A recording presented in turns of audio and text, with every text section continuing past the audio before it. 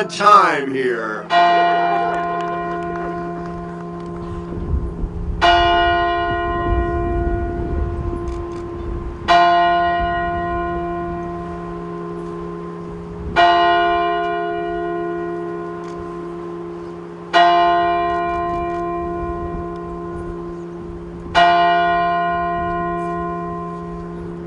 Graduates, please be seated. Please check to silence your cell phones if you haven't already. I am Paul Kurgis, and I am the Dean of the Alexander Blewett III School of Law here at the University of Montana. Welcome to the commencement ceremony for the classes of 2020 and 2021. Let's begin with a round of applause for the Celtic Dragon Pipe Band who led our procession today.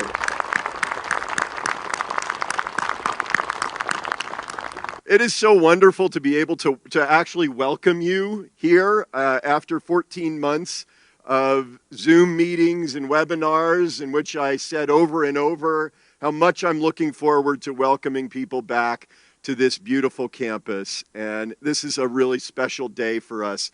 It's the first time that we have all been together as a group in person in almost 14 months. March 13th, Friday the 13th, March 13th, 2020 was the day that our lives all changed as we made the decision to move law school entirely online. Little did we know at the time that we would be continuing to do law school fully online all the way through the conclusion of this year. And our graduates couldn't possibly have known what to expect when they entered law school, but they persevered, and here we are. We have made it. We have made it through the year of COVID. Beyond the pandemic, the events of this past year have challenged us all in many, many ways. We have had to confront issues in our society around the pandemic, but also importantly around racial justice and other critical issues. And when these graduates go on to become lawyers, they will swear an oath to support the constitutions of the United States and of the states where they practice. When we choose this path of the law, we choose to work within the system to make the system better and to help our nation and our state achieve the ideals that are contained in our founding documents. Here in Montana, that means recognizing that the legal systems of Montana and the United States are not the only ones in our state. We must also respect the legal systems of our 8 tribal nations, represented by the flags behind me. Our law school sits on the traditional lands of indigenous peoples, including the Salish and the Kalispé and many others. And we acknowledge the role that the legal system has played in the removal of indigenous peoples from these lands. And through our commitment to education, service, and scholarship, we strive to improve the quality of justice for future generations. Doing so demands respect for tribal sovereignty and indigenous cultures, as well as accountability to the needs and perspectives of indigenous peoples who from time immemorial to the present until the end of time protect and remain committed to this land on which we gather, learn, and work. And one of our traditions to foster these connections between the law school and our tribal communities is the singing of an honor song to recognize the accomplishments of all of today's graduates. I'm pleased to welcome Benjamin Headswift to the stage to perform the honor song.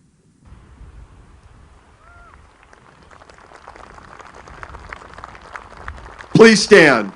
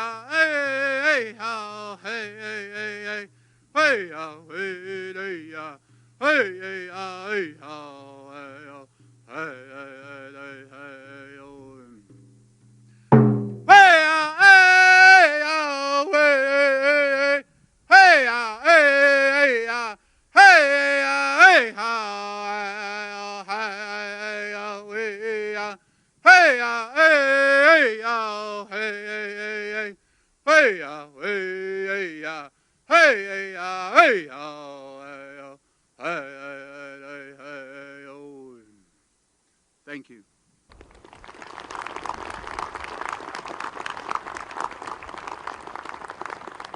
Thank you so much.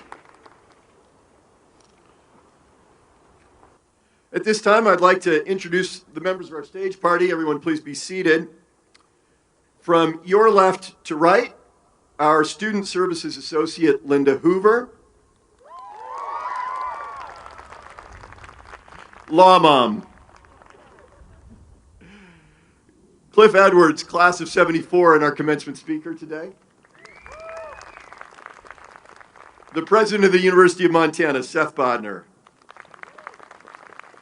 Our Associate Dean of Students, Sally Weaver. And our Associate Dean of Academic Affairs, John Byington. I'd also like to thank Emily Niles of Storytype, who will be captioning our ceremony today. I'm pleased now to welcome to the lectern Sally Weaver, Associate Dean of Students, to announce the Student Graduation Awards. Dean Weaver.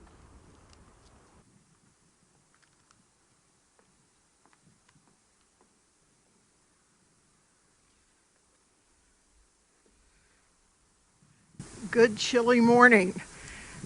Thank you for celebrating with us today. From the beginning of their journey at the Alexander Blewett III School of Law, each member of the class of 2020 and the class of 2021 has explored the ever-forward movement of the law with the utmost intellectual integrity and curiosity, and in doing so has demonstrated integrity of character and a commitment to compassionate service.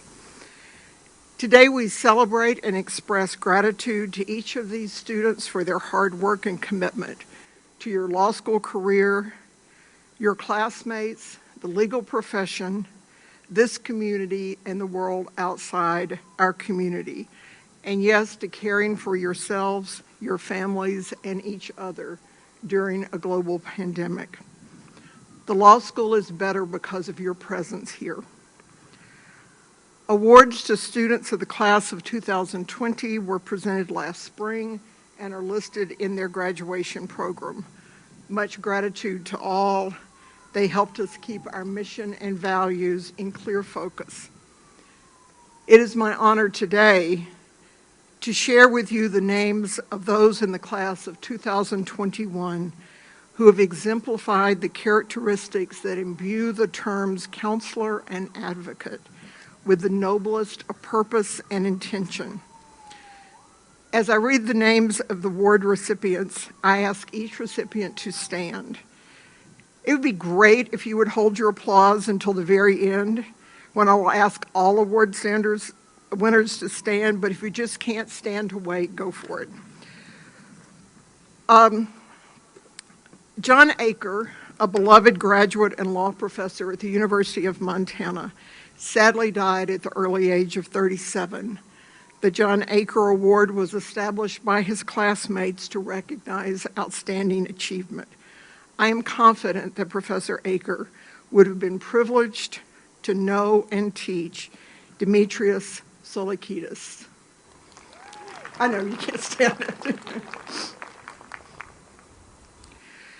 The Edward Kramer Award was established by Alice Kramer in honor of her son Andrew and his father Edward. This award recognizes the best research papers in the field of environmental law. Emily McCullough and Elizabeth Bronston.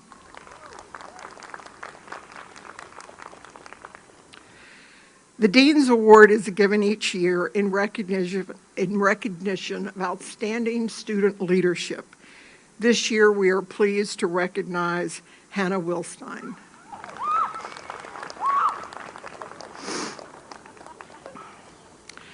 Fran Lg was the first woman county attorney in Montana and a member of Jeanette Rankin's team of unapologetic feminists. Stated in her own words, "Men were my friends, but women were my cause."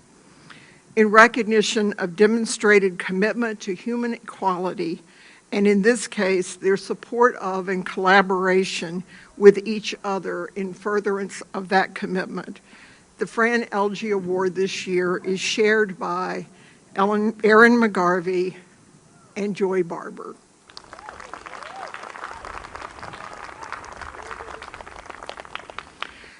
Norman Hansen was the founder and first editor-in-chief of the Montana Law Review. This award recognizes the best appellate brief in appellate advocacy. Lauren Amangero. The International Academy of Trial Lawyers Student Advocacy Award recognizes students who demonstrate exceptional ability in trial advocacy. Brent Mead and Forrest Graves.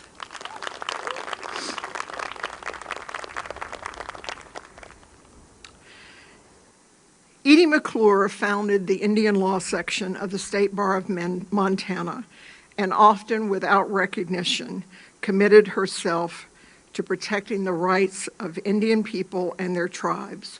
Awarded each year by the Indian Law section of the State Bar of Montana, the award this year goes to Sierra Anderson. And by the way, if you're ever in Clancy and want to take a nice hike, you can hike the Edie McClure Trail there. Justin Miller, a member of the class of 1913, became an Associate Justice for the Circuit Court of the District of Columbia and Dean of Duke Law School.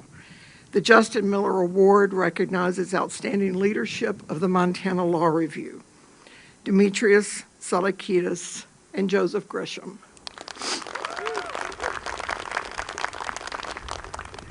Membership in the Order of Barristers recognizes outstanding achievement in appellate advocacy. From the 2021 negotiations team, with thanks to their coach, Professor Malin Johnson, Hannah Higgins, Zachary Harris, and Rima Najjar.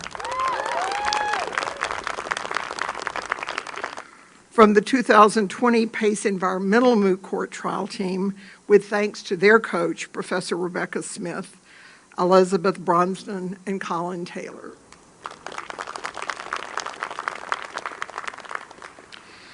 The Exceptional Pro Bono Legal Services Award recognizes volunteer legal services to benefit those who lack access to adequate legal representation. The 2021 recipient completed 22.5.6. No, that's wrong. 225.6. Maybe we could round up and say 226. Pro bono hours during her law school career, primarily on behalf of children as a CASA volunteer. Dallas Burris.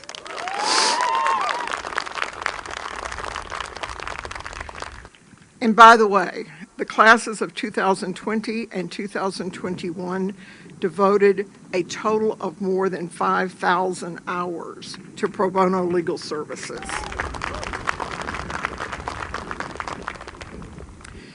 The Aaron Barker Barbary Award and Scholarship recognizes excellence in legal education and commitment to community and family.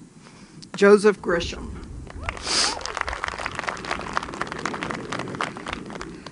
The clinical program at AB3 is the foundation of our commitment to experiential legal education.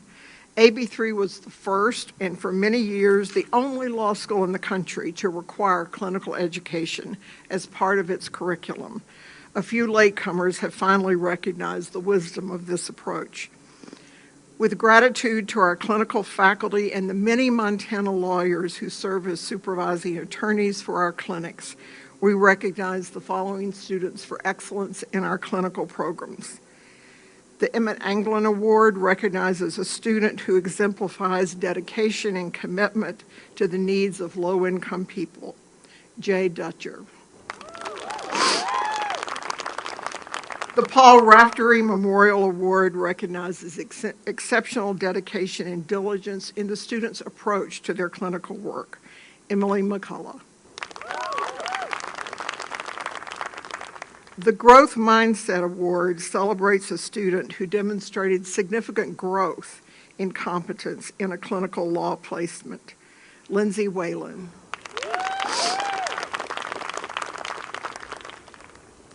The J. Martin Burke Award recognizes a student who shows dedication and excellence in completing their clinic requirement. Rima Najjar. The Clinical Legal Education Association Award recognizes excellence in both the field work and the seminar components of clinical legal education. Erin McGarvey. The William S. Frost and Maylin Smith Graduation Award recognizes exceptional work in the Marjorie Hunter Brown Indian Law Clinic. Joy Barber. The Clinic Directors Award for Excellence in a Clinic Placement this year recognizes the extraordinary efforts in his DNRC field placement in support of renewable energy research in Montana. Peter Ewald.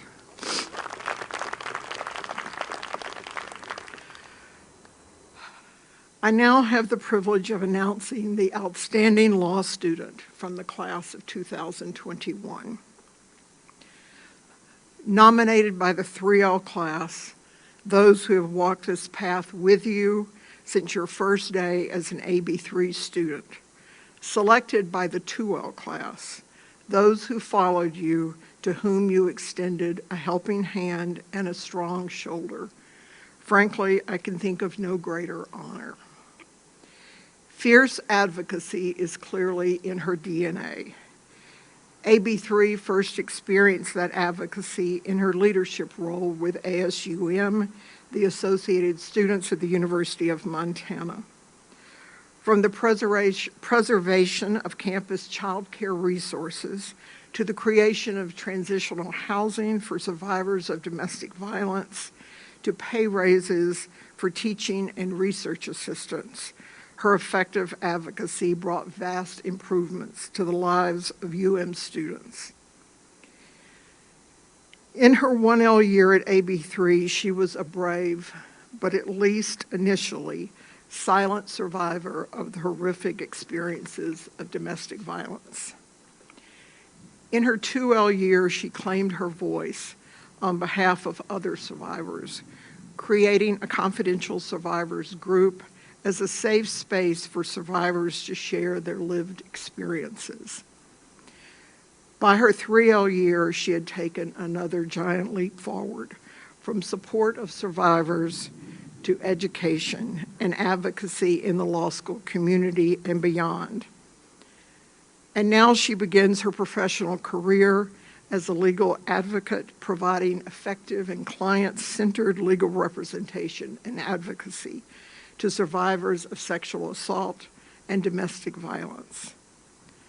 In the words of her fellow students, she was the one who saw the need for law students to better understand the lived experience of survivors. She also speaks candidly about her experiences as a Little Shell tribal member and has provided her perspective as someone personally impacted by the tribe's long struggle for federal recognition. From a member of the faculty, I love that when she sees something that needs fixing, she rolls up her sleeves, dives in, and fixes it, all while also being a mom and a full-time student.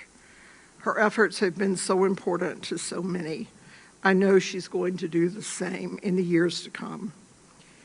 In her own words, I want to exemplify the best qualities of humanity while fighting against the worst.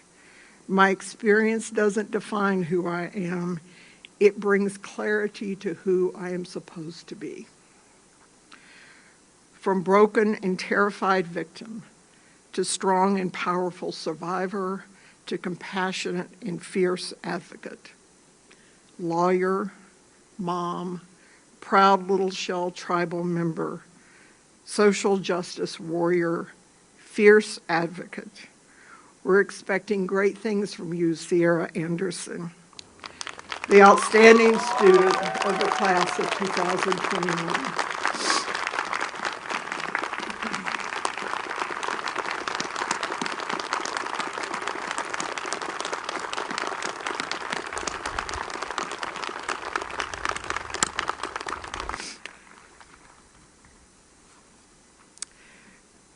I want to take a minute and ask all our award winners together to stand.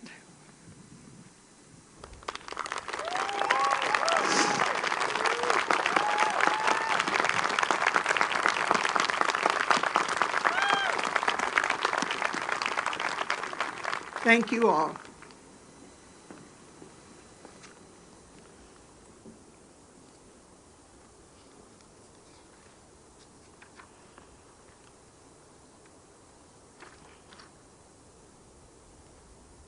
Thank you, Dean Weaver. This year's graduating class has selected Daniel Horton to deliver the student address. Daniel, would you please come to the stage?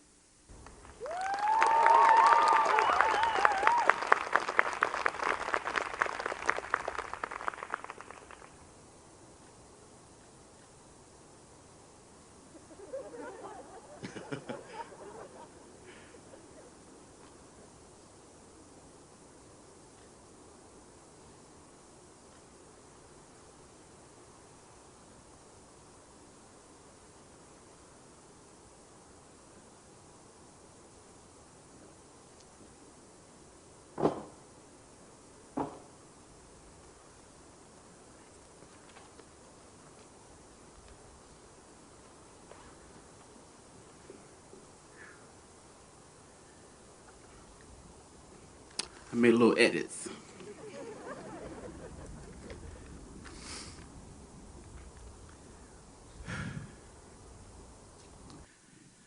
Educate, evolve, endure, excel. Never give in. Never give in. Never, never, never, never in nothing great or small, large or petty. Never give in except to convictions of honor and good sense. Never yield to force. Never yield to the apparently overwhelming might of the enemy. And that was Winston Churchill. You see, I don't care what trial you're in, the state you're in, the career path. Never, never, never give in. Just going to take this off.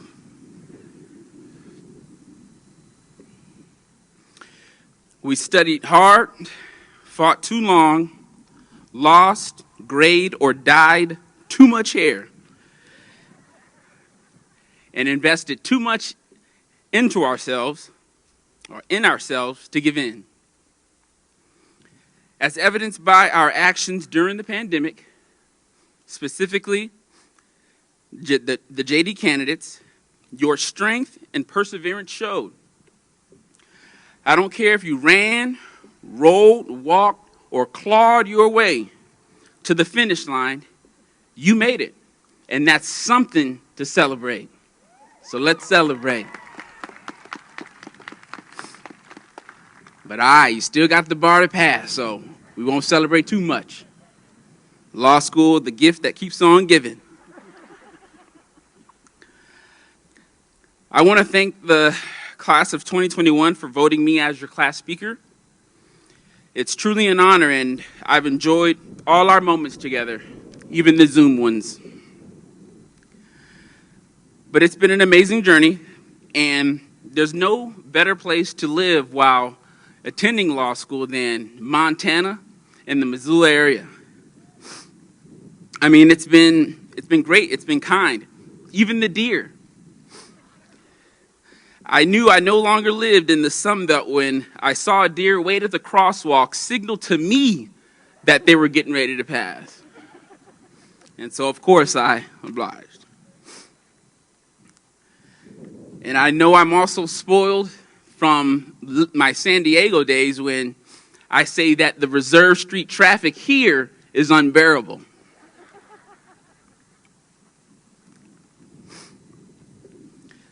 But more intimately, I know that I would not be here if it were not for those who came before me. Educate. History is important in education. My great-grandfather, D.C. Millett, was among the first black Americans to own and operate a funeral home in Sumter, South Carolina, which is where I was born and raised. Though he couldn't own the burial land, he grew successful and was among the first black Americans to sit on District 17 school board after desegregation.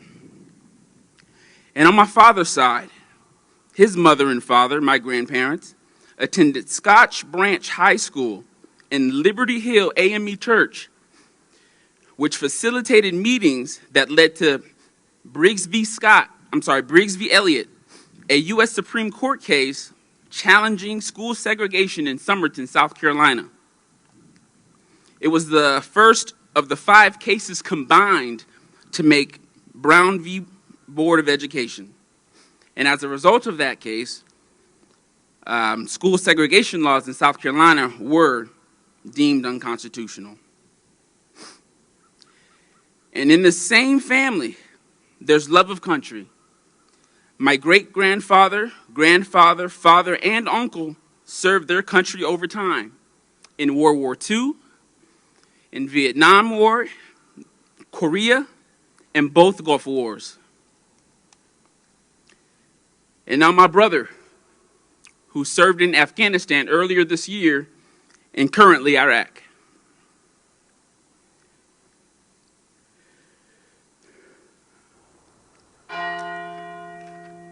Thank you. Through this history, I think of our resilience as a nation and law students. Dr. King says, the true neighbor will risk his position, his prestige, and even his life for the welfare of others. Right? And what greater love is there than this, to lay your life down for your friends?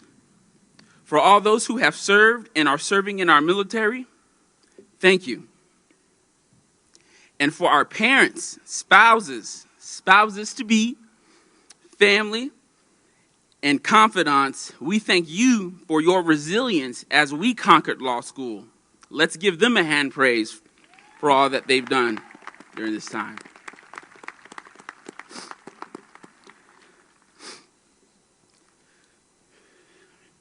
Now, I would be remiss if I didn't thank my partner, my spouse, my wife, my rib, Gina, and all that she's done to help me get to where I am today. I love you, baby. And all the parents, allies, and caregivers, FedSoc, ACLU, and my Bolsa family, and a special thanks to our faculty and staff who swiftly adapting and showing strength and creativity throughout this pandemic to bring us a quality legal education.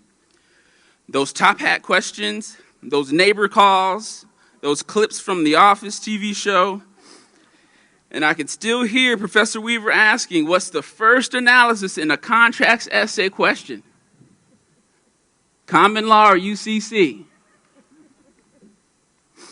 As JFK says, our progress as a nation can be no swifter than our progress in education. The human mind is our fundamental resource. You see, to graduate from Montana's premier law school is an enviable distinction. It's widely respected and supported by the legal community, and one we have attained. We've transformed and evolved by the renewing of our minds. Under programmatic legal instruction, we have an increased ability to comprehend, write, and argue the law while considering the facts, and not just any facts, but now global facts. Not only those very creative crim law exam fact patterns. I'm still in disbelief about the events that took place in that coffee shop. But yes, that also means we have instruction for passing the bar, for building a business and a career, real life-changing skills that are widely applicable. But we must endure to excel. I'll share this poem, close, and take my seat. It's a poem by Edgar Guest called See It Through. When you're up against a trouble, meet it squarely, face to face. Lift your chin, set your shoulders, plant your feet, and take a brace. When it's vain to try to dodge it, do the best that you can do. You may fail, but you may conquer. See it through. Black may be the clouds about you, and your future may seem grim, but don't let your nerve desert you. Keep yourself in fighting trim. Keep yourself in fighting trim. Even hope may seem but futile when with troubles you're beset, but remember you are facing just what others have met. You may fail, but fall still fighting. Don't give up, whatever you do. Eyes front, head high to the finish. See it through. It all boils down to the fact that we must never allow ourselves to become satisfied with unattained goals. Let your career take you on a journey. Be malleable to the word of life, overcoming, enjoying, and learning along the way. And I'll leave you with this, in the spirit of Brother Hampton. Always remember, where there are people, there's power. Where there are people, there's power. Power to live, power to create, power to build, power to fight and unite. Power to transform a dark past into a bright future.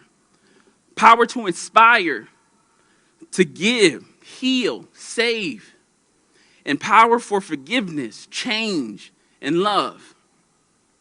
And with the JD, there's power for you to become the next judge, the next legislative representative, the governor, and community builders here in Montana and across the globe.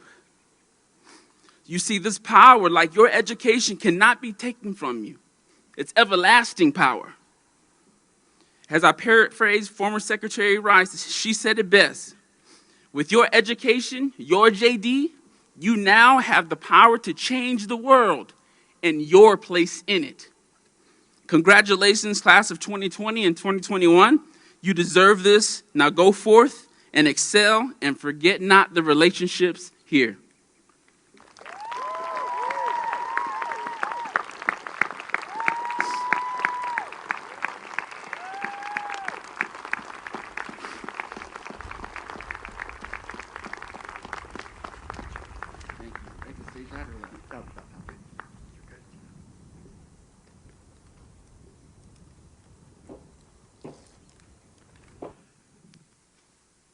Thank you so much, Daniel. Now I'm pleased to honor our speaker for today's commencement ceremony, Cliff Edwards.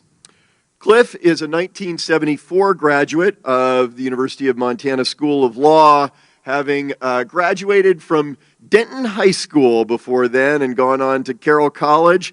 And then after law school, Cliff launched an incredibly successful career representing Montanans and Montana businesses, with a trial practice that resulted in 2 of the top 5 jury verdicts in Montana, as well as what is believed to be Montana's largest single injury settlement.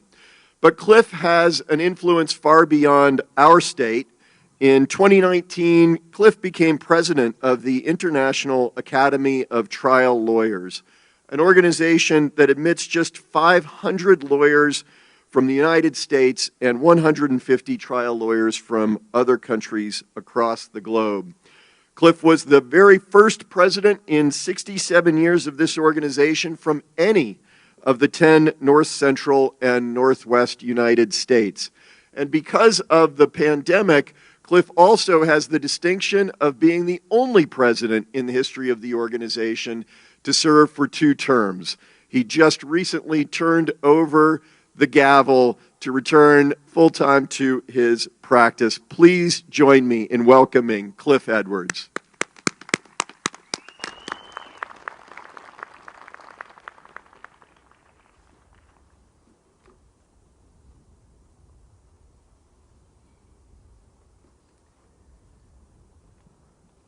Thank you for the generous introduction.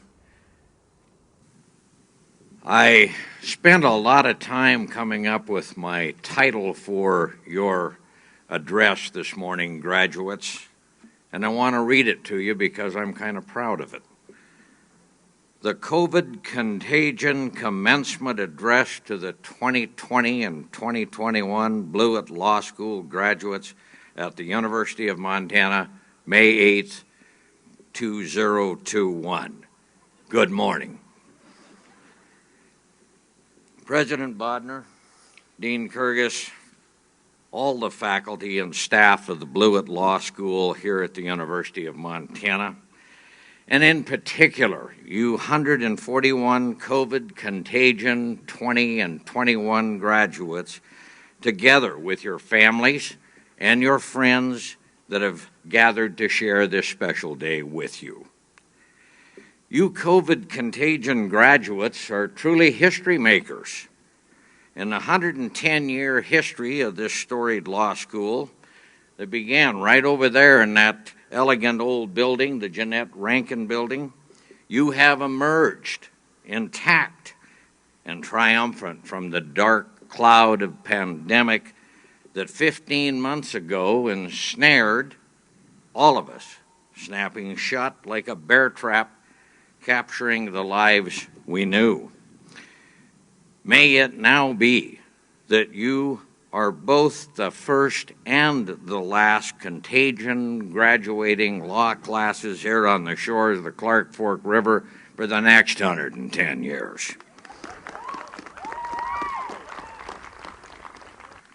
Because of your unique history, I researched your background some. Don't worry. I stashed all the embarrassing and compromising intelligence, and there was plenty of it, in the library book stacks. Somewhere between Amjur and Corpus Juris Secundum to guarantee that that evidence will never be found. But my usable research revealed you are a keenly interesting and eclectic collection. You hail from some 20 divergent states from A to W, Alabama to Wisconsin, and you span both coasts of North America from Alaska to Florida. Your avowed interests outside the law paint a very colorful canvas for your class portrait. You fight fires, fly airplanes, sail boats. You're ranchers, you teach yoga. You're probation officers, served as AmeriCorps volunteers and English teachers in Brazil, and, no surprise, it appears home brewing enthusiasts abound in your midst. Make no mistake, graduates, this special and long-awaited day belongs clearly and absolutely to you. As you graduate from the Blewett Law School at the University of Montana, the COVID invasion that crashed not only your established routine as law students, but indeed the very way your legal education was structured. Who knew at the end of 2020 that Zoom could be a tort as well as a verb?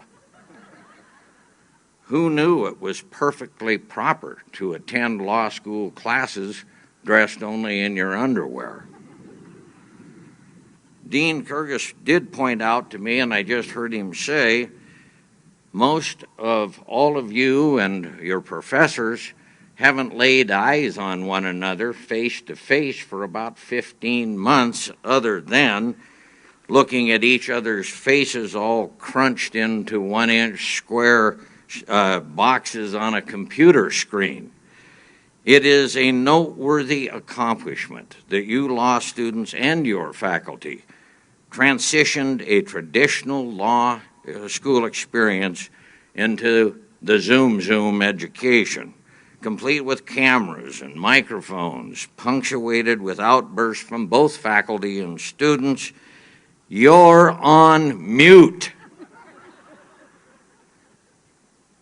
It has been rumored that some of the faculty, unnamed of course, turned out to be much more knowledgeable about the rule in Shelley's case and the nuances of the last clear chance doctrine than they were about the technology of sharing screen or the experience of sorting people into their respective chat rooms. But all of you students and faculty, you sucked it up, you pulled it together and successfully transformed your educational experience into the virtual, while reportedly not even a single one of you, faculty or students, morphed into a kitty cat on your computer screen like the infamous county attorney in Texas in Epley did and reduced him to pleading to the court, "I'm live here, Your Honor. I am not a cat." So you can all claim victory over COVID's continuum of frustration. And in doing that, you demonstrated what the essence of victory is. Victory is overcoming the adversity that always rears up and tries to defeat your cause. But you whipped that adversity of COVID, and those of us gathered here to support you as you receive your Juris Doctorate degree here on this alluring oval. Well, when it's sunny and warm, it's alluring. We now salute you, and you're able to say, mission accomplished. Along with rendering that salute to you graduates, I believe we are all obliged to honor another group that isn't you. While many of this membership of group is unknown to the rest of us, and some may no longer be with us, each deserves special mention in my view. 54 years ago, President Lyndon Baines Johnson rang the history bell when he appointed the first person of color to ever sit as a justice on the United States Supreme Court. That history-making justice, legendary Thurgood Marshall, accepted that appointment with striking humility. None of us got where we are solely by pulling ourselves up by our bootstraps. We got here because somebody else bent down and helped us pick up our boots.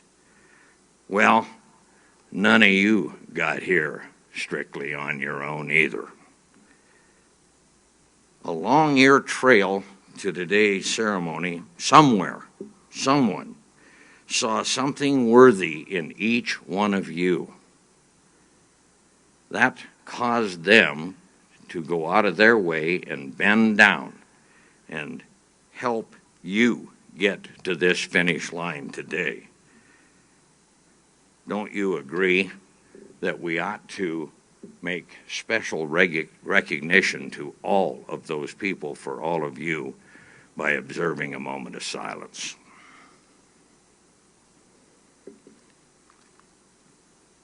Okay. Now you're lawyers. Now what? The law isn't just a job. In fact, practicing law is a calling that's a privilege. We lawyers are guardians of our clients' sacred secrets.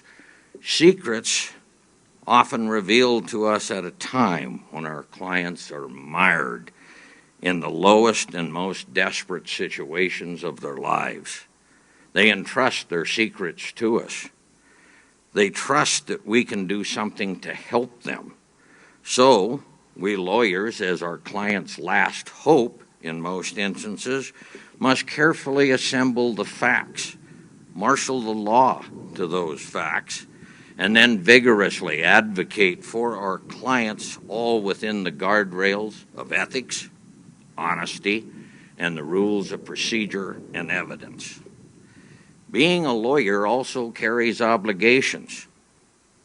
Among them, I believe we lawyers must use our privilege to promote and fight against societal injustice, as well as our own individual clients' cases.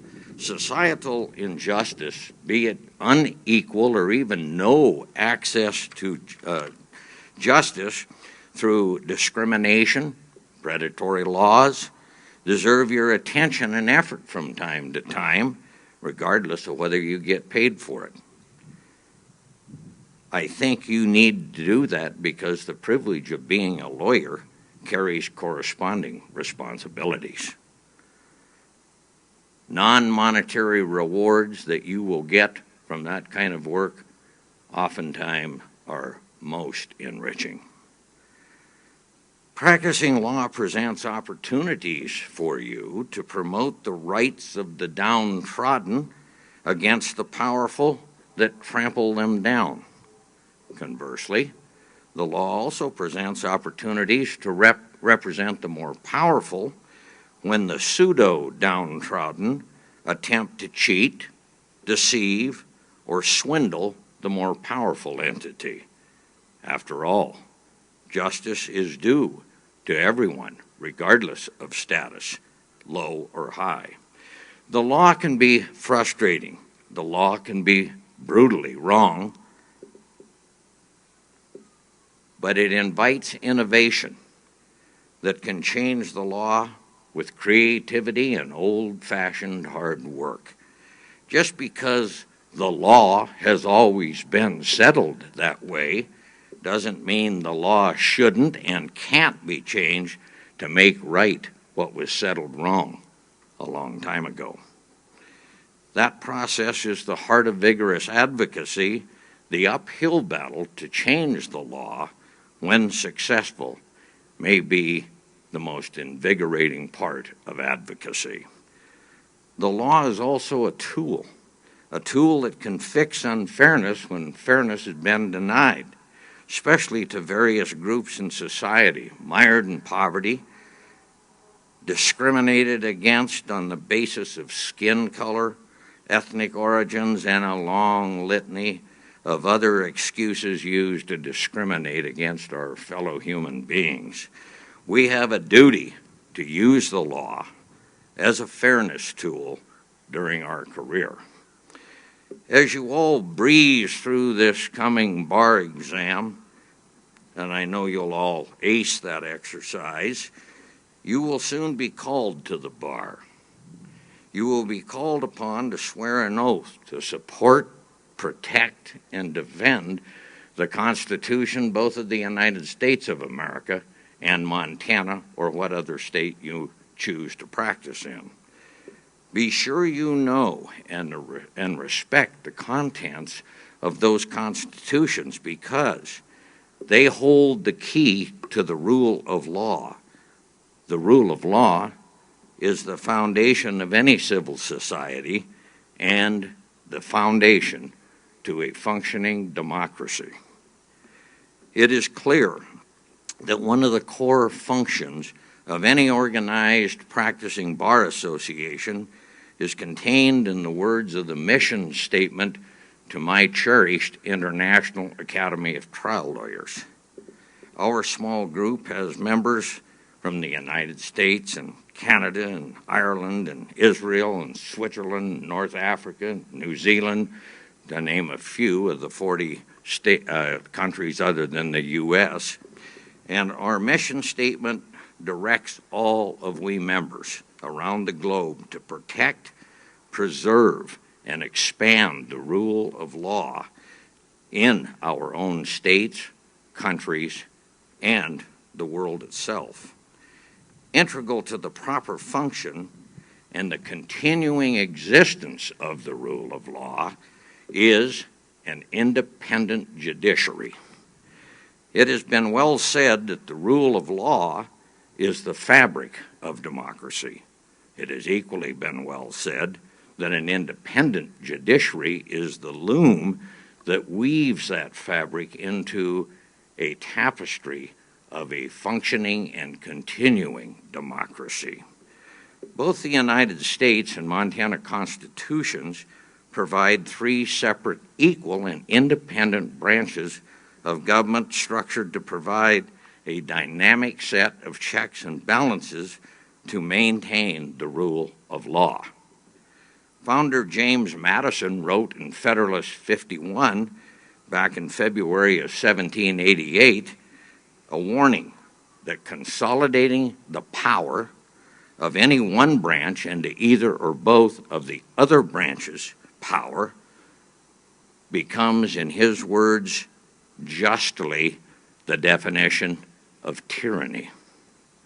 You have learned in your law school years, both in the classroom and on the Zoom, that only one of these three branches has the actual power to decide whether the acts of the other two, the legislature and the executive, meet constitutional standards.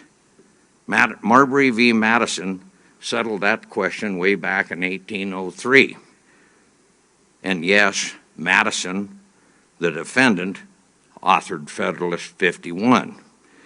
Madison prevailed over Barbary, and the Supreme Court stated, "The court is the last word on whether any laws or orders of the legislative or the executive are constitutional or not." That 1803 holding of Barbary has long been the rule in Montana. In fact, just 3 weeks ago, Barbary was specifically cited by a unanimous Montana Supreme Court in the case Brown et al. Versus Gianforte. Our court said, "It is the province and duty of the judiciary to say what the law is. In an act of the legislature repugnant with the Constitution is void. It is emphatically the province and duty of the judiciary to say what the law is." Barbary v. Madison. We are all painfully aware that currently tension exists between the separate branches of government, both at the federal and the state level. It is critical as Montana lawyers, or lawyers in any state, that we all be true to the oath that we take to support, protect, and defend the Constitution. Allow me to leave you, COVID contagion warriors, with a little plain talk that just might convey some advice that could be useful for you from time to time. This plain talk of advice is based on my 47 years and now a beat-up old country lawyer of 47 years with courtroom battles throughout Montana and many other states. The practice of law is flat demanding.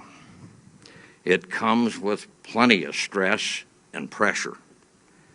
Sometimes lawyers can get so tied in knots with that pressure and that stress that the mournful lyrics of the Merle Haggard song seem written just for them. Are the good times really over for good? Are we rolling downhill like a snowball headed for hell? Well, hell no, you're not. Step back and get a hold of yourself if you start feeling like that. Reflect. Don't let the law control you. You control the law and your practice. Be assured that you are leaving my friend Xander Blewett's law school in the same shape that I left the University of Montana Law School in 1974. We are well armed, well trained, and we are prepared to effectively oppose any lawyer trained in any law school anywhere. You have comfort in that. You have gotten a great education. Consciously balance your obligations to your law practice with your obligations as a person, as a human. Be alive to life itself. Be alive by being active and part of the life of your spouse, your significant, your children, your family, and your community. Read books that ain't law books. Enjoy art and music and the wonders of Mother Nature and the unlimited adventures that her splendor provides us here in Montana and really all around the world. Never allow yourself to get chained to a desk or a timesheet.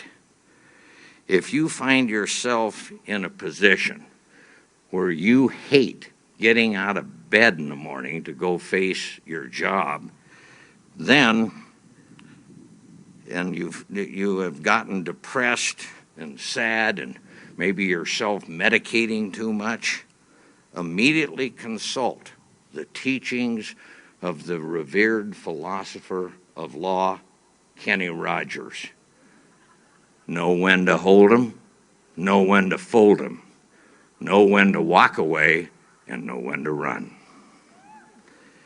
I personally practiced that philosophy as I went through 4 law firms in the 6 years of my career. That landed me, I might tell you, just where I wanted and needed to be for the other 41 years of it. 2 final things. That's only 1. There's 2.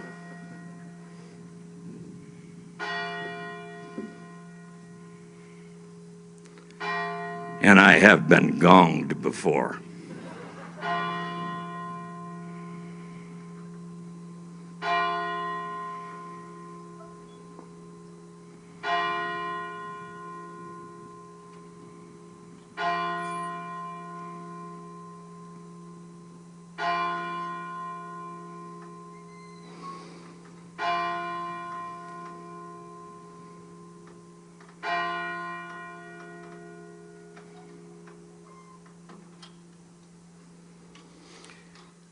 As I was saying just before my friend President Bodner hit the bell button, 2 final things. First, remember what your mamas taught you. Be truthful, be respectful, be kind and helpful to others, and actually listen to what other people have to say. Secondly, keep in mind a great truth that I was gifted with growing up in the Great Judith Basin of the central Montana many, many years ago.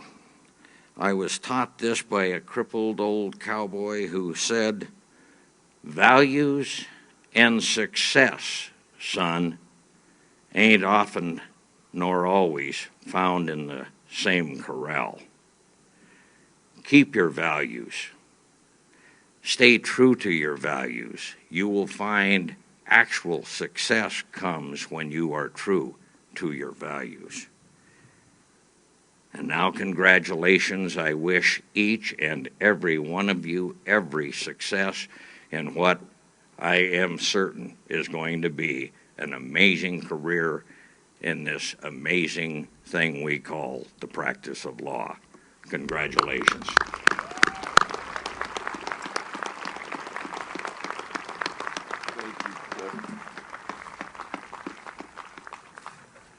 And we have a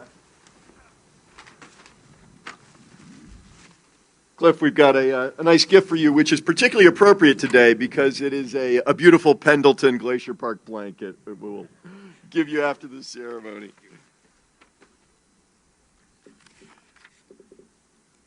At this time, I would like to welcome Professor Andrew Kingrays to the stage. Professor Kingrays was selected by the graduates of 2021 to read the names of the graduates. And as Professor Kingrays approaches the stage, will the first row of candidates for the degree of Juris Doctor please rise?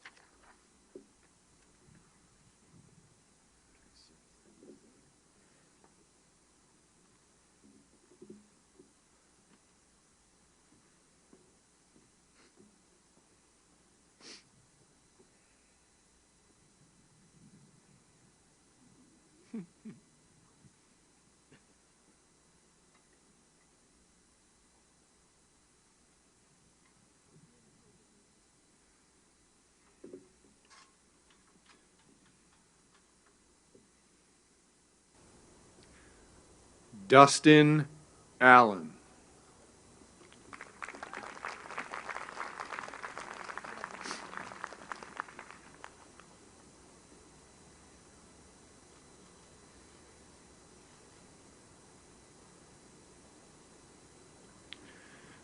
Daniel Brister, with certificates in natural resources and environmental law and in American Indian law.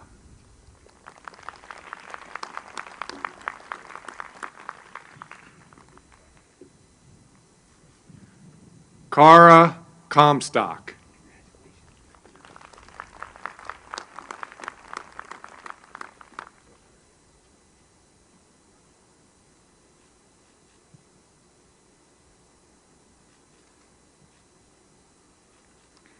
Natalie Anna Hammond, with honors.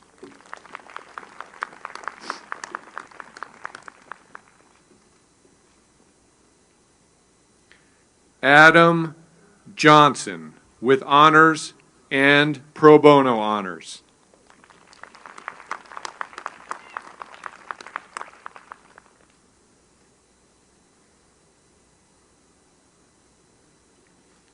Mackenzie Mansfield. She didn't show up.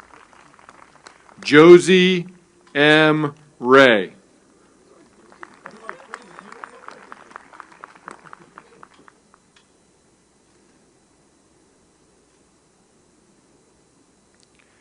Jacob Rebo.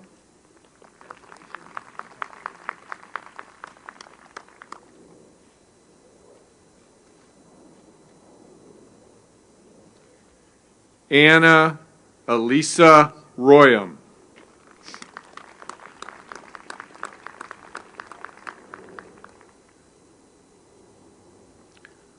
Austin Wallace.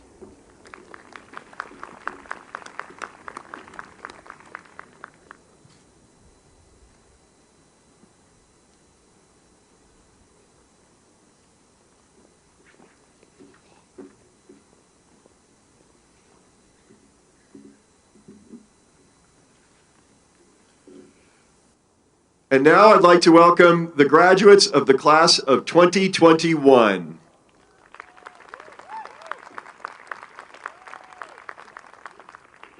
Lauren Amangero.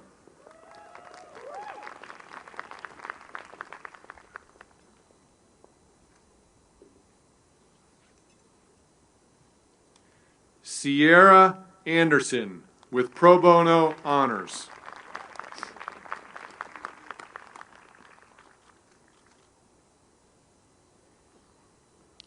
Megan Bailey, with pro bono honors.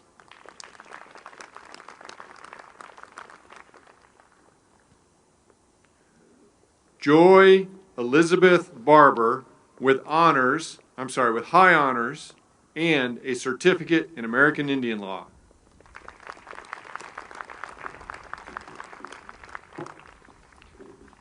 Jonathan Barge.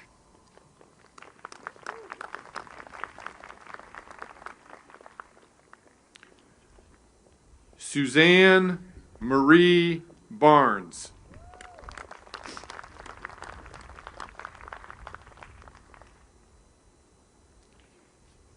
Emily Jane Bolin with pro bono honors and a certificate in American Indian Law.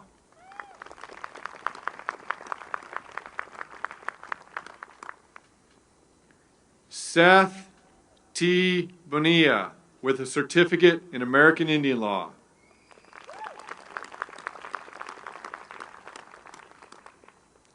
Jordan Bridgman.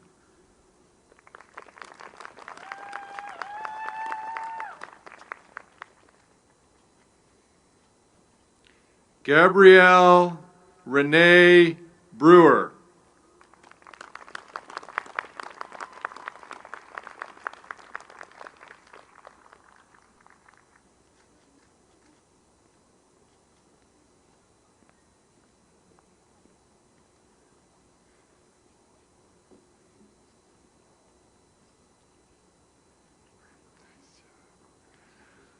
Elizabeth A. Bronston with honors and a certificate in natural resources and environmental law.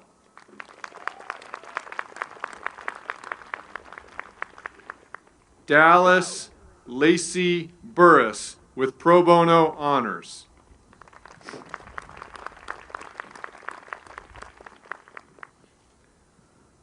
Sean Christensen.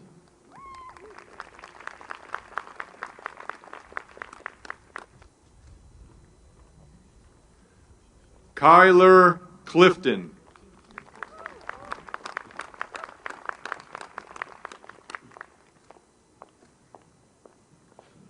Colton Coffey.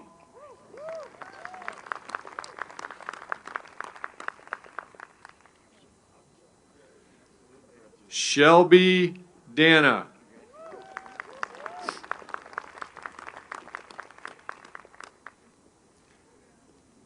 Kelsey Graysmith Dayton with honors and pro bono honors.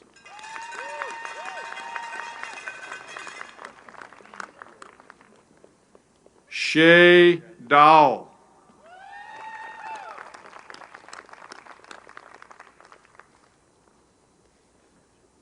Daniel Elson.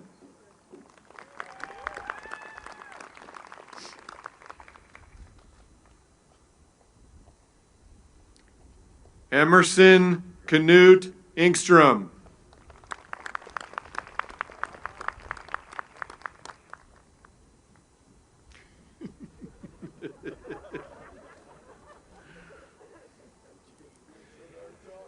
Jesse Erickson.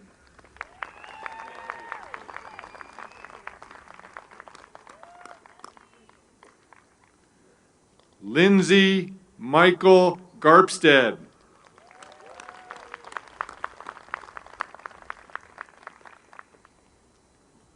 Van Gillette.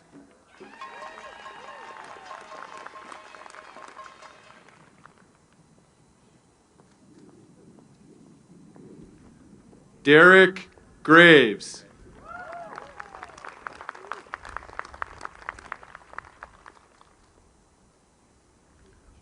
Forrest Graves with high honors.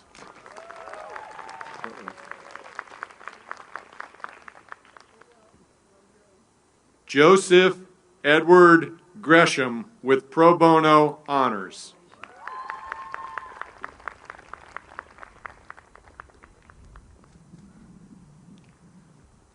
Conran Gunther.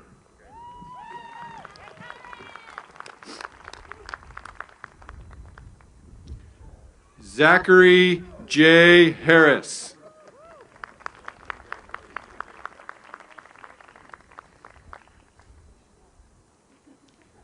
Hannah I. Higgins.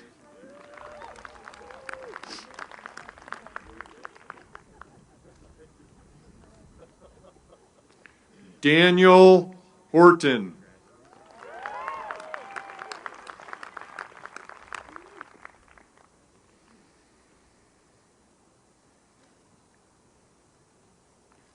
Afton Marie Jessup.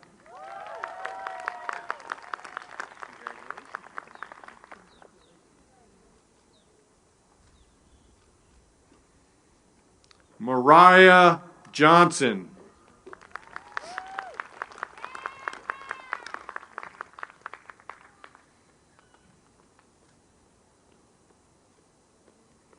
Scott Johnson.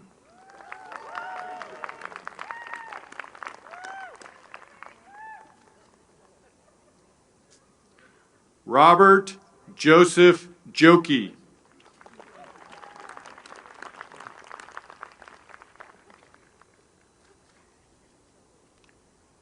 Caden Keller.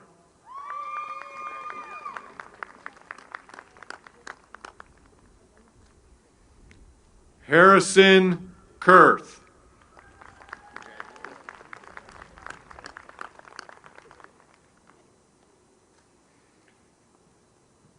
Katie Lindberg with high honors.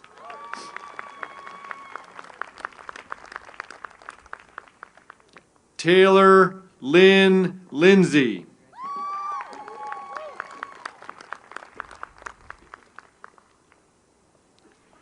Erin Elizabeth Mahaney.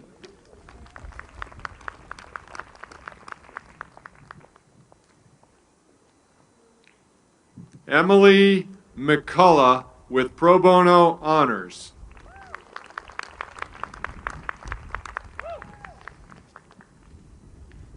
Aaron McGarvey with high honors.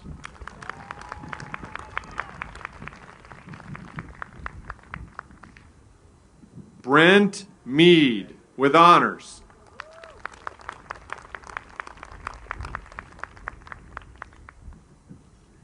John Randall Miller.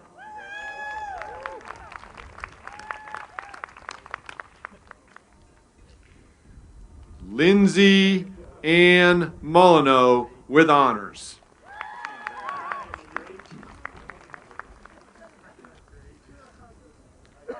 Rima Najjar with pro bono honors.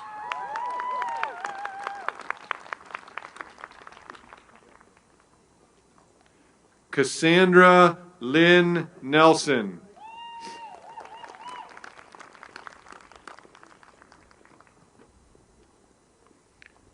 Kevin Howard Ness.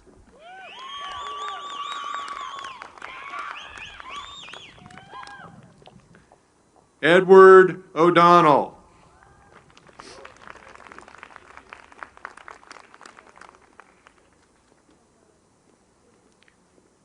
Remy Orentillo with pro bono honors.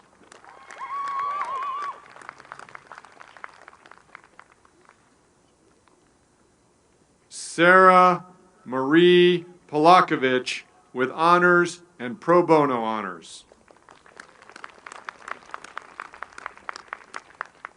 Justin Redeen.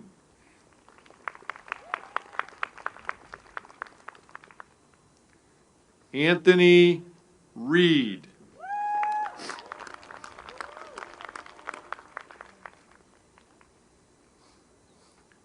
Deanna Rothwell with honors.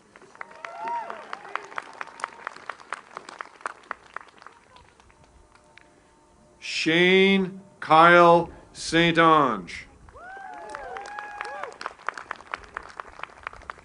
Molly Stammer with a certificate in American Indian Law.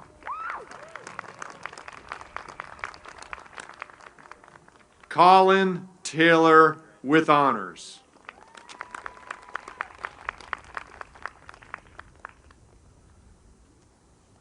Demetrius Solakidis.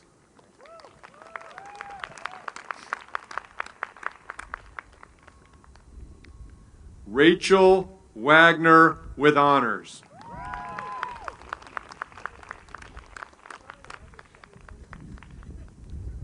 Jacob Walmsley.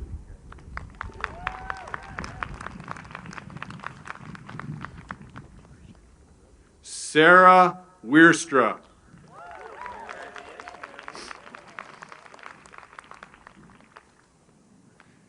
Kimberly Ween with pro bono honors.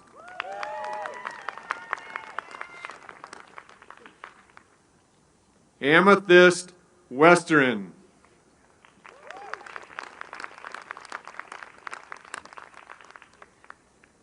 Lindsay Whalen with pro bono honors.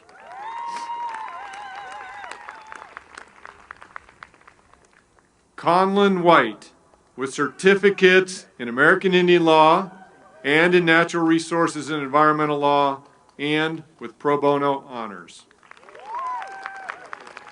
Hannah Wilstein.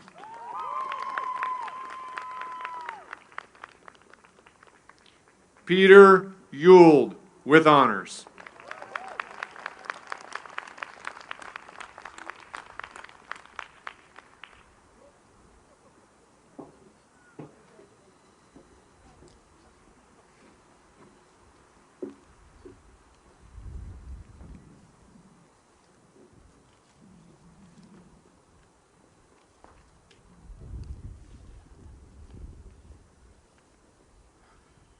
Will the class of 2020 please rise?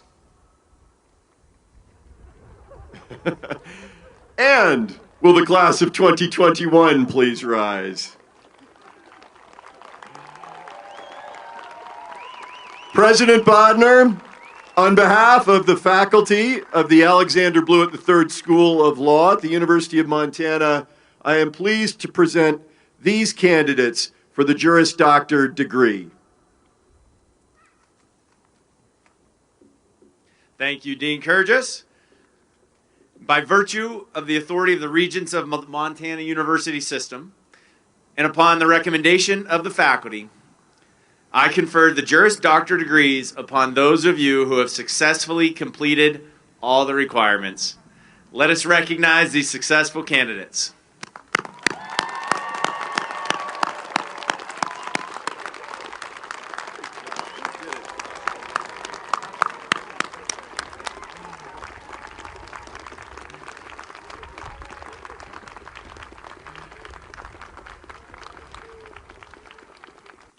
As everyone here knows, it takes a community of family and friends to support a student achieving a law degree, and that has never been more true than in these incredibly difficult times with all our routines disrupted.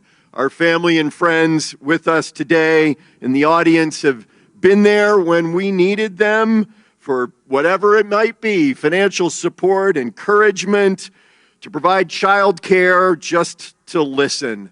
Our graduates couldn't have done it without you, and it's particularly appropriate on this Mother's Day weekend that we give our graduates a chance to thank those who have supported them. Thank all of you for coming.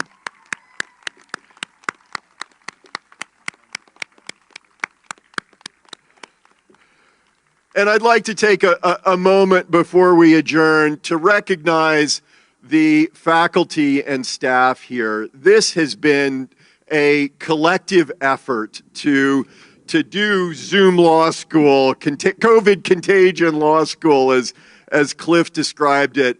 Our faculty and our staff went above and beyond, beginning a little over this time last year, to give an incredible experience to our students. Thank you so much to our incredible staff and faculty for your efforts. Please rise to be recognized, the faculty and staff.